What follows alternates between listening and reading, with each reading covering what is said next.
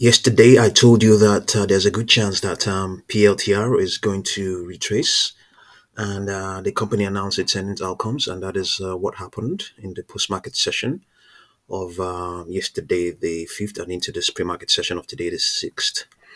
So let's get a snapshot of what happened in that session, or rather a mixed reaction, or rather a reaction to its earnings disclosure. Okay, you're here for the key info fast. No messing around.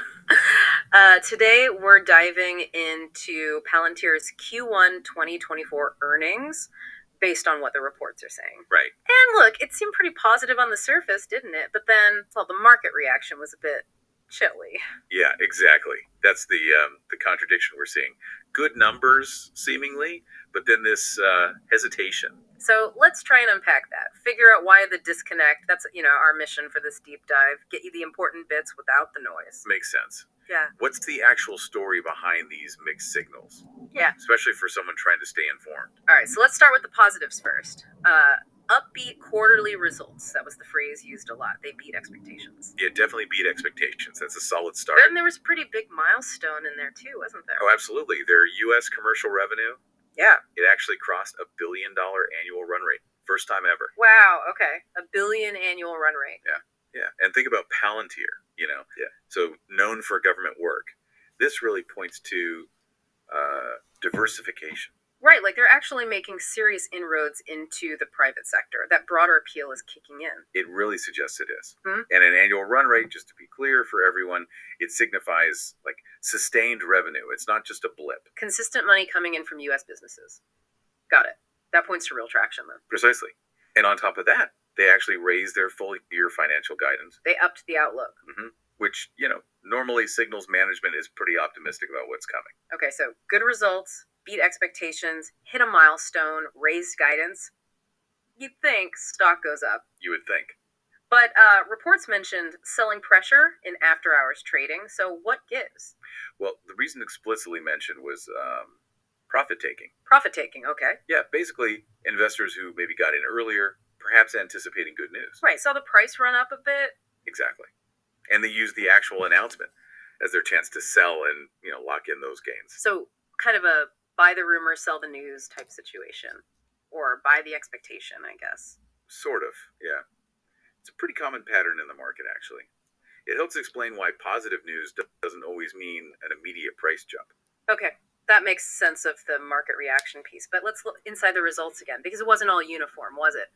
There was this contrast. A very clear contrast. That strong U.S. commercial growth we mentioned, that stood against what reports called some weakness in their international commercial revenue. Ah, okay. So strong at home in the U.S., but maybe struggling a bit overseas commercially. That seems to be the picture. Yeah. U.S. success. Yeah. Probably a mix of things. Good product fit.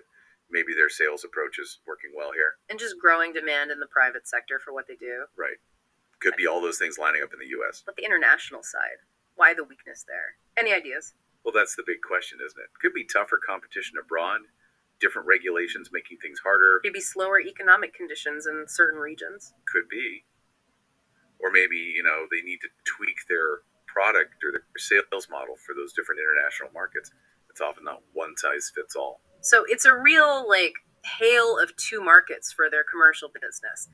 U.S. powering ahead, international facing some hurdles. That sums it up well. Strong domestic growth, international challenges. And the market reaction being driven by things like profit taking, not just the headline numbers. It's more complex. Absolutely. This Q1 really shows that nuance.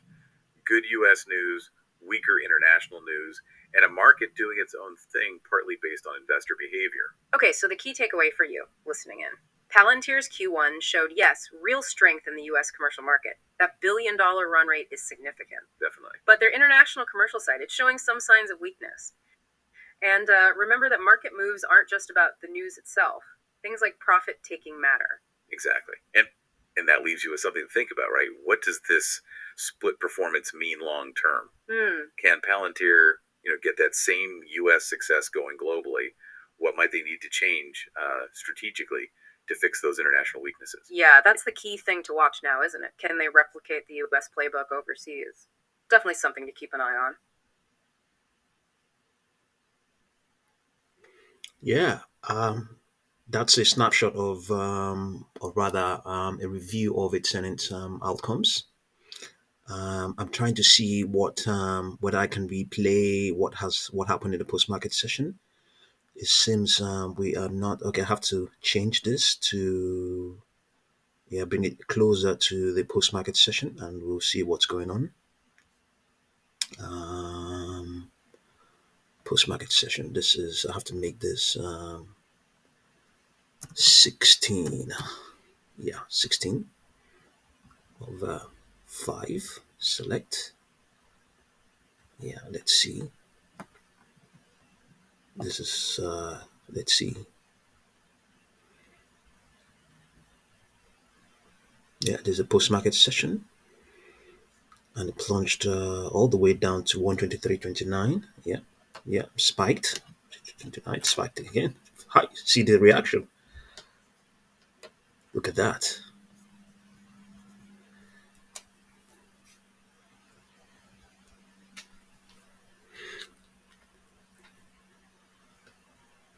Look at that. Highly volatile.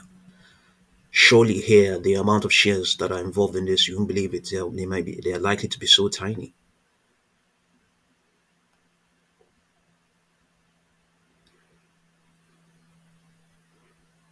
So it's actually plunged all the way down to 11219.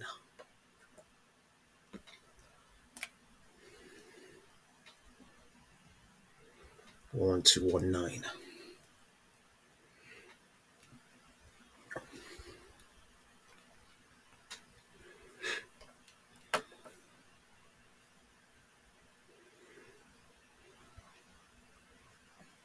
Okay, in any case, yeah, let's see.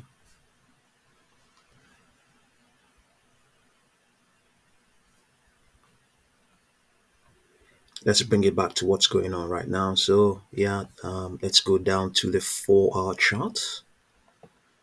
The 4-hour chart is where I was telling you that, yeah, it was going to retrace, and that is what exactly happened. And it's indicating that it's going to recover somewhat by tomorrow. Tomorrow's in this session, it's expected to rebound. It's pivoting as well, but it hasn't been able to do much yet. It's expecting to recover, show some strength, and then but all through the next couple of days up till next week, Thursday the 15th, it's going to be weakness all the way. The 10 period moving average will be serving as a primary supply line. Okay, so let's see. Let's try this is what is extrapolated. We can try and have a look at this is a 4-hour chart, right? Do we need to look at the momentum indicator? We could do that, yes. Let's look at the 10 period momentum indicator. 10 period moment, this will be ppm 1. Yeah, so it's validating the same thing. It's validating weakness, validating the same thing. Let's see here. You can see the value is a -1, so the probability of it holding up anything is not there at all. Probability of it, holding up any gains is not there. We're looking at the probability of lower prices printing is just being validated here. This BPM, price to pressure momentum, measures the angle of attack of the respective moving average, and this time around it's this moving average, this 10 period moving average. It's indicating that yeah, lower prices are going to print, and the probability of it staying up is not there at all. Not there. Very, very tiny, very small, very tiny. Yeah, okay. Just see how you unpack the Palantir's earnings outcomes and the prospects of lower prices. Thank you very much for watching this video.